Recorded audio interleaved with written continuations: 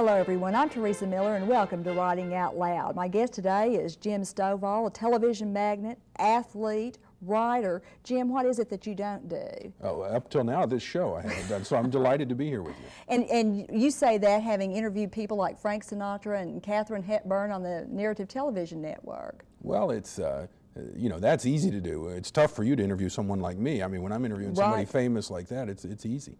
Well, anyway, it's a joy to have you here, and I wanted to talk to you a little bit about this book that you have that has just come out called You Don't Have to Be Blind to See, and I wondered if you would give us a little history. At what age did you learn that you were going to lose your eyesight? When I was 17, I was getting ready to go to college, and one of the things you'll remember you have to do is fill out a lot of paperwork, and some of the paperwork was a routine physical. I think they want to make sure you're not going to die before you get your student loans paid off or something. I think you're right. So I was filling out this paperwork, and I had to go get a routine eye test, and during that eye test, just a normal checkup, they discovered something, and they did a few more tests, and then they told me they weren't sure why and they weren't sure when, but they did know that someday I was going to be totally blind and there was nothing they could do about it. When you get news like that, Jim, of course it's devastating, but do you develop an urgency in life and think that, well, I have to go see this and read this or do all these things while I can? I think one of the things that was really a break for me was at that age, at 17, I was forced to focus on what things I could do and forget about what things I couldn't do. And because of that, you know, I have had a lot of tremendous things. I'd never thought of being, you know, an Olympic athlete. I'd never thought of being a musician. I'd never thought of being in business. I'd never thought of anything. But all of a sudden at age 17, I was forced to think of some really serious things that I better do with my life. And what can I really do? Mm-hmm. And then the blindness did come. Yeah, at age 29, I finally lost the remainder of my sight. And although it had been so bad for several years prior to that, it wasn't even worth having. But at age 29, I did wake up one morning, I'd lost the remainder of my sight, and that has been 8 years ago.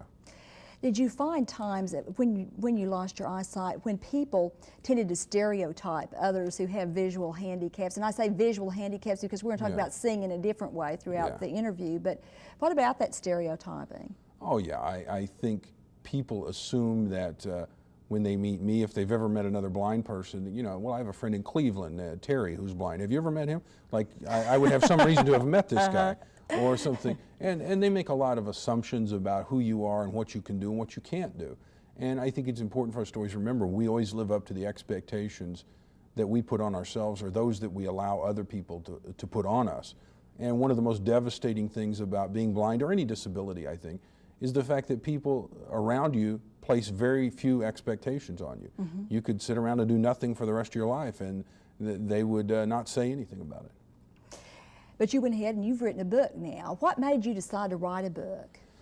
Well, as part of our television business, I have been out on the road for 7 or 8 years, public speaking in arenas and conventions around the world as a motivational or business speaker. And I think I realized there was a whole audience for this material that I simply wasn't going to reach without the book. And then some of the people I've worked with on the road doing those type of events finally encouraged me to just go ahead and write a book, so I did. We should mention there's even an audio version of the book out, read by the author. How did that work? Well, that was a project, I have to tell you, because I had negotiated the deal with the publisher to put this book out, and one of the things we were adamant about was that the audio book would come out the same day as the hardcover, which is a bit unusual in publishing, and they agreed to that. And then about 8 weeks before the release of this thing, they said, you need to get this thing recorded.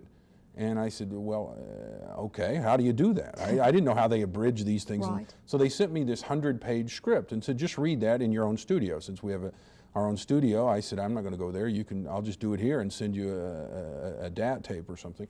And they said, well, just read that 100 pages and we'll be fine. And I called back and I said, as a blind person, how was it you wanted me to read this? Mm-hmm.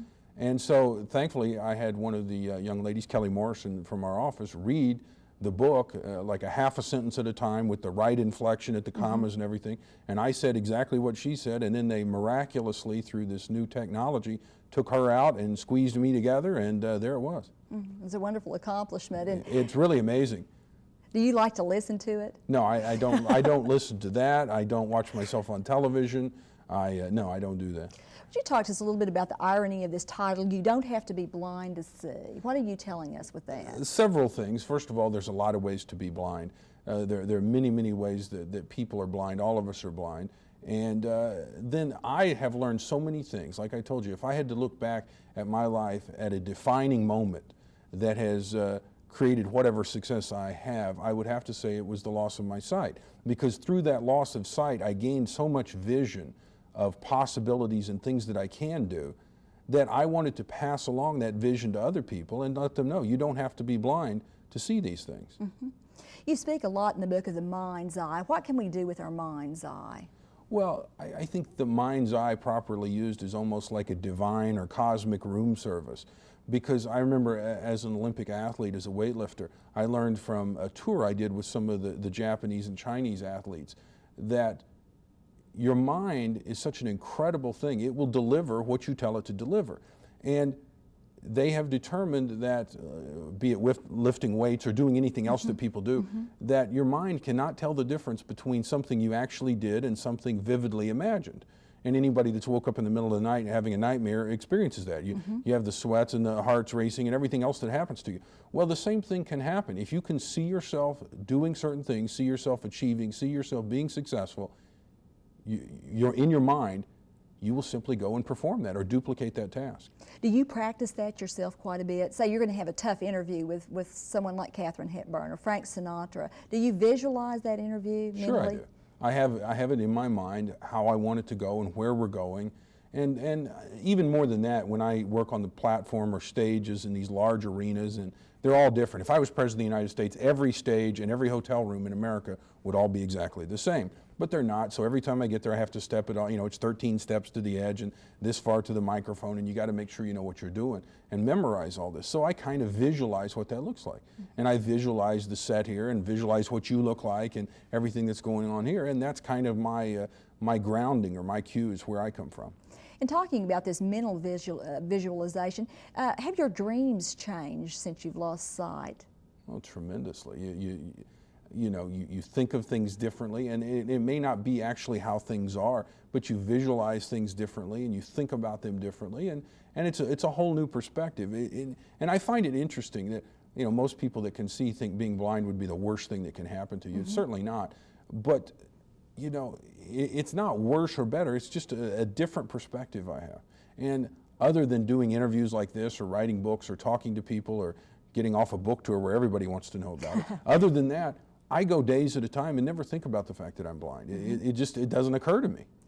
And we should say that your book's about much more than vision, literal vision and figurative vision. It's also a lot about the heart, and there's a section in there about inspecting your heart. And when you're talking about inspecting your heart, you're not talking about taking the blood pressure and watching the cholesterol and all that stuff, are you? No, I think, what the book is about, very simply, it's not about blind people, or it's not for blind people any more than it's for anyone else. What it's about is changing your life, because you change your life when you change your mind. I mean, I don't see any better today than I did 8 years ago when I locked myself in a little 9-by-12 room where I thought I would spend the rest of my life. And one day I finally decided to walk out of there and try and do something with this existence I had left. And from there it's been a progression to here, and I'm still in that same progression. And this book is for anybody that has gotten to a point in their life where they have wake up one morning and they realize, this is not where I wanted to be. Because we all have dreams and goals and ambitions of our youth, things we wanted to be and do and have. And at some point we find ourselves settling for mediocrity, and we settle in, and then one day you wake up and you realize, this isn't where I wanted to be. And if you want to make that change, you change your life when you change your mind. And you can also settle for success at certain levels and get too comfortable in that, can't you? And you actually walked out on a successful business, is that correct? Yes, I did. And if success is defined by making a lot of money, yeah, I walked out of a very successful business. But I don't define success as making a lot of money. I think if you do what you love for a living, you'll never work another day in your life. And what's fascinating, when I left my office with the New York Stock Exchange, everybody, friends, relatives, associates, enemies, everybody told me, you will never make that kind of money again. Well, now I love what I do all day, every day. This is a joy. I almost feel guilty making money doing what I do, and I make more money now than I ever did. And success is not money. Neither is poverty. I've been rich and I've been poor, and rich is certainly better. I don't want to give anybody the wrong impression, but in and of itself, money is nothing other than a tool. Did you have any second thoughts when you left that successful brokerage business? Did you, and I'm sure some of your friends were worried about you, and as you mentioned, did you ever have second thoughts and think, Jim, what in the world have you done? Or were you that sure? I was that sure because I was not happy doing what I was doing, and I was very, very young, and I had done it to make money, and I'd made enough money to go do some other things, and that's what I wanted to do. And I'll tell you, I saw other people get trapped by that money. You know, they had created a lifestyle around them where they had to feed this monster they had created. And, you know, they didn't enjoy it any more than anyone else. They just were trapped there, and I never wanted to be trapped by that. Since you're an investments person, I have to ask you, there's a wonderful section of the book about investing in yourself. And I think that's an interesting concept. Tell us a little bit about that. Well, I think people think of investing as a money thing. And really, they've got to look at themselves, their intellect, their talent, and their ability as a tool. And that the proper utilization of that tool creates value and creates money. And to that extent, you have to invest in yourself, in education, in motivation, and in different areas of making sure that you are the best you can be. And once you're the best you can be in performing in the right area, the money will always take care of itself. Money is nothing more than a tool. But people that worry about money never have any. That's like the farmer who only worries about harvesting. He doesn't like to plant or fertilize or plow or any of that stuff. He just wants to harvest. It doesn't work that way. If you'll do all of those steps properly, the harvest, which is the money, will always be there. It's something my editor told me once: the more you want something, the less likely almost you are to have it. And Right. who's to explain that and why it works that way, but sometimes it does. You also mentioned in the book giving away the credit, or giving away part of the credit. Certainly. You know, as we were discussing prior to coming and doing this show, I host my own show, and I realized that there are 43 people, we counted them once, that actually do one thing or another that puts that show on television. And if any one of them doesn't do their job exceedingly well, I look exceedingly poor, or I don't get on television at all. And there are so many things about that that I don't know a bit about. I mean, somehow I'll tape a show somewhere and then we'll edit it and send it up off an Earth station in Washington, D.C., and it hits a satellite somewhere and goes to 1,200 affiliates in the U.S. and 11 foreign countries, and I don't know how all that happens. I don't really have a clue, other than I know there's some very, very good people that make that happen. And I guess it also goes to my dependence. I mean, I don't get anywhere in my life without the help of other people. And they lead me around, they drive me places, they guide me places, they help me get where I'm supposed to be and sit in the right chair and do the right thing.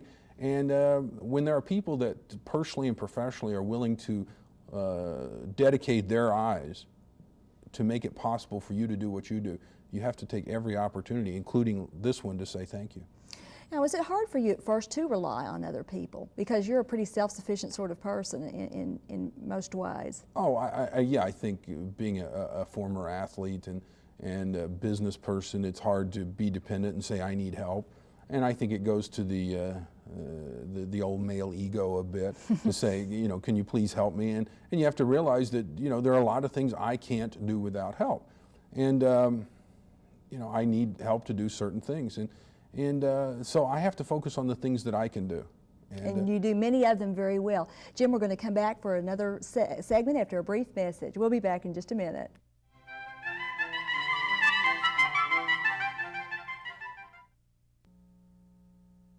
This is an RSU-TV Encore presentation of Writing Out Loud.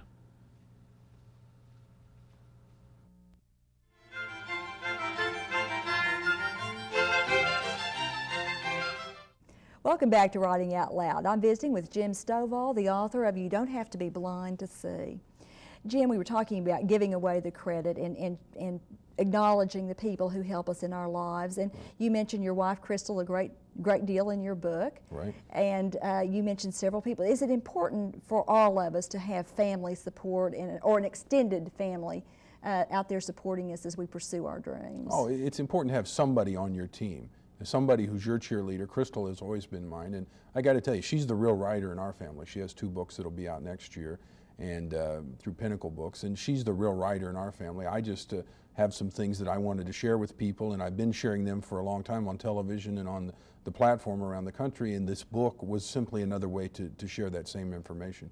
But she's really the writer in our family. When you first decided you wanted to write this book, did you tell Crystal, say, hey Crystal, I believe I'm going to join you in the writing profession, albeit briefly? A good friend of mine, Dennis Waitley, called me and said, why don't you put that in a book? And I wasn't sure it was a good idea, and I did a little research, and I sent it off to a couple publishers, and I didn't know, I sent it to a couple publishers, and I said, here's who I am, here's what I'm looking for in a publisher, and I'd like to see if you want to meet these terms and conditions, or if I want to work with another publisher. I didn't realize how you really do that, and lo and behold, they said, we'll do it. And I sent the manuscript out to a couple of people that I respect greatly to see if they would endorse the book, Robert Schuller, Ted Turner, Jack Lemmon, Dr. Dennis Waitley, Eddie Right. Albert. And lo and behold, they all wrote back and said, put my name on it, we think it's wonderful. And then at that point I realized I got to write a book. Was it hard for you? It was very simple for me, because this is material that all I had to do was get it in writing. And I went to a hotel room, I dictated for 3 days, and we transcribed some material I'd already put on tape. We had a little over 1,000 pages of manuscript, and from there they simply edited it into this book. And I had some very good people help me edit this. When you don't read, you don't write. I mean, my whole thing is starts off with one sentence. The whole book would be one sentence with no paragraphs if I did it, because the whole punctuation thing is a bit of a mystery to me at this point in my life. Well, in essence, then you were living the book, and Yeah. so you just articulated that Sure. for everyone. And again, you do so beautifully. Would you explain your BEST acronym, B-E-S-T? I thought that was interesting. People in our society always talk about being the best, and in our society we've become, you're number one or you're nothing anymore. But the best is very simple. It goes to balance is for B, and balance is not lowering some area of your life down to mediocrity, and that's how it's misused so often. They'll say, well, you got to get your life in balance. What they're saying is that you've got one area you're too encouraged or too excited about. What balance means is raising every area of your life to a level of excellence. If it's worth doing at that level. E is for enthusiasm. It's the first thing we get when we come into the world and the last thing we lose on our way out.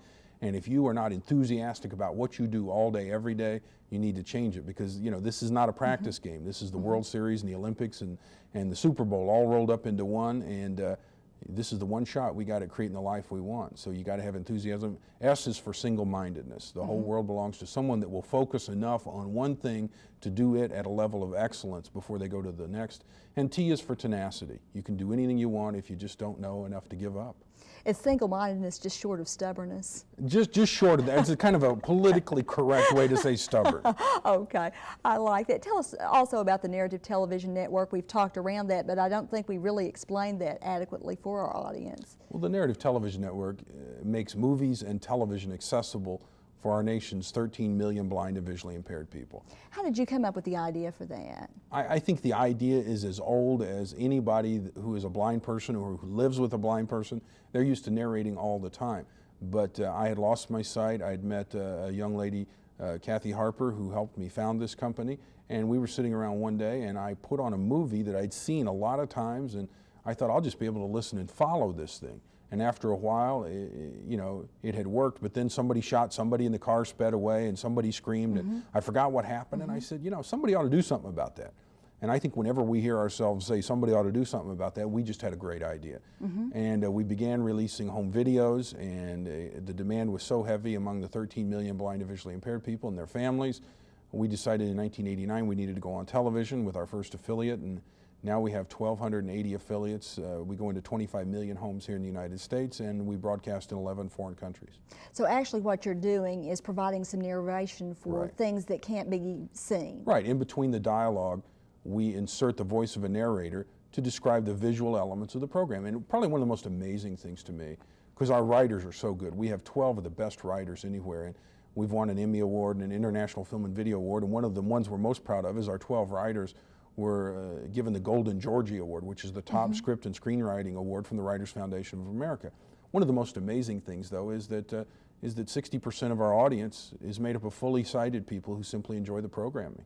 So that's something we totally did not foresee, and we were really amazed that fully sighted people sit and enjoy the programs. I think they enjoy the talk show host, but we don't have any like firm data to prove that they like me. So we have to assume they like the narrative process. Why do you think that they would like the narrative process? What do you think that we're missing sometimes when those of us who are fully sighted watch a movie? Well, I think people, particularly when they watch television at home, it's a pretty casual thing. They're doing other things around the house, or they're not paying attention all the time. Or many people record our shows and play them in the car or on the road, or I've heard from long-haul truckers or people that fly on airplanes or whatever. They record our shows and play them back later. But I think when we do our jobs well, our writers write well and our narrator voices over well, it's so unobtrusive that it makes the movie very much more enjoyable for them. And have you actually done some writing yourself, some script writing? I did some of the original writing, and it is very labor intensive, and you have to be able to see what's going on to do that, and it was just not my best thing. And I was the original narrator, and it took me forever. We used to work in this little broom closet in a condominium downtown, and I would have to memorize my line and then run into this little broom closet where we hung these boat cushions so I could sound good. And I would try to memorize my line and say it to time with the soundtrack of this. And I couldn't read the script, nor could I see the monitor, and it took me forever. So I thought, why don't we get a guy that can see to do this? And that was kind of a major breakthrough for us. You seem very comfortable in saying, well, this is not my best thing, that you're able to move on and do other things. And do you think that's a good life lesson for all of us, that we're not all going to be great in what we aspire to do? One of the things I'm trying to do as I try to grow up in my 37th year here is learn that there are some things I do exceedingly well. And that's the thing that I get joy from, and I give joy to others from doing those things, and I create value in my life and the lives of other people, and those are the things I need to do. Then there are other things that I don't do well, and hopefully someone else finds value and joy in those things, and I should let them do those things. And I try to confine my days and my time as I invest my working life to do things that I do well. And one of the things you do well is your interview program. And the name of your program is? NT and Showcase, and it precedes each of our movies. And it's kind of a wraparound thing we do before and after each of our movies. Jim, how many interviews have you done? Do you have any idea? 50 maybe, I don't know. Let's talk about some of these people that you've interviewed because they're great fun. Katharine Hepburn, what was it like to interview Katharine Hepburn? Well, Katharine Hepburn was my first big interview, and it was a tremendous break for us because I didn't set out to do this talk show. We were about 8 weeks from going on national television, and one of our people pointed out that we'd committed to deliver 2-hour blocks of programming to all of our affiliates around North America, and our movies were only an hour and a half long, and in less than 8 weeks we were going to be on national television with 30 minutes of dead air. And so I decided, well, I'm going to host a talk show and interview these people. So we went down to the library and found a book called Addresses of the Stars.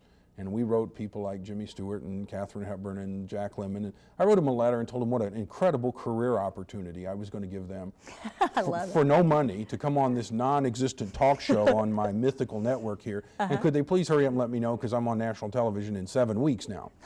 So I wrote this, and the first response came from Katharine Hepburn. And it was in a letter, and they opened it and read it to me, and it said, Jim, if you'll call this number, we'll discuss your interview. Well, I dialed the number. I'm just this guy from Tulsa, Oklahoma, and I think I'm going to talk to her secretary or agent or manager. And first ring, Katharine Hepburn answers the phone, and Katharine Hepburn voice she has, and I'm on the floor. I'm scared to death. And the only thing I could think to say was, well, Miss Hepburn, I'm kind of surprised you answer your phone. And she said, Jim, don't you answer your phone? And she said in that Katharine Hepburn voice, yes. I've always felt when one's phone rings, one should answer it. And I said, yeah, they should, and I wish I hadn't brought that up. And she was our first big interview. And then from then on, it was easier because people, when they haven't heard of you, they don't know who you are, they always want to know, well, who have you interviewed? And when you can say Katharine Hepburn, it's kind of much, much easier. It opened many, many doors for us. Other legends, Jimmy Stewart. Is he really a nice guy? He is everything I had hoped he would be. Jack Lemmon is just tremendous. Eddie Albert, we just finished doing a maybe like 3-hour interview in his garden out in Beverly Hills, sat behind his house. He was fabulous. Steve Allen we just did, and he is an absolute genius. The late, great Helen Hayes was a real thrill to interview her just prior to her death. and kind of the first lady of the American stage, and then some fun people, Chuck Connors, the Rifleman, Oh, and yes. Cesar Romero, and just many people, and they're all just been wonderful to us. And then there's a couple people I won't mention here, but I wish I'd never met them in person because I'd always admired their work greatly. And then in meeting them and working with them half a day or whatever, doing an interview, I was very sadly disappointed. You mentioned earlier to me when we were just visiting that there were 2 interviews that you didn't get to do that you would have loved to. One was Sammy Davis Jr., and he had agreed to do the interview with us just prior to his death, and at the end he was so ill his manager called and said he can't do it, and he just doesn't feel comfortable sitting on camera. And I called and I said, let's do a voiceover on the phone and we'll show clips of his movies. And he had decided, he said, Jim, if I can't do it right, I'm not going to do it. And he'd been given a choice just prior to his death. They can remove his vocal cord, and they said he probably could have lived a little longer. But he said, if I can't sing, I don't want to be here. And I think he felt the same way about the interview. He was going to do it right or he wasn't going to do it. And the other was Ronald Reagan. We'd wanted to interview Ronald Reagan, and we'd corresponded, and he just wasn't able to do it. And George Burns was another one. I had written George Burns a letter, and when he was 97, I said, would you do my show? And he said, I'm very tired and I don't get around like I used to. He said, when you're 97, you'll understand this. He said, in fact, when you're 97, I'll do your show. And that was the late, great George Burns, who left us all with that incredible legacy, which is if you love your work, you'll never work another day in your life. Well, Jim, it's been a joy for me to get to visit with you today. One of the tenets in your book is that tenacity is endless. Are you still being tenacious? Absolutely. And you're going to continue being tenacious? You better believe it. What guest are you still looking for? We're going to do Michael Douglas next month, and we're looking forward to Ernest Borgnine in the fall, and we're setting up some new interviews. So. Well, congratulations. Congratulations also on You Don't Have to Be Blind to See. Thank you. Thank you, Jim Stovall. Thank all of you for joining us on Writing Out Loud.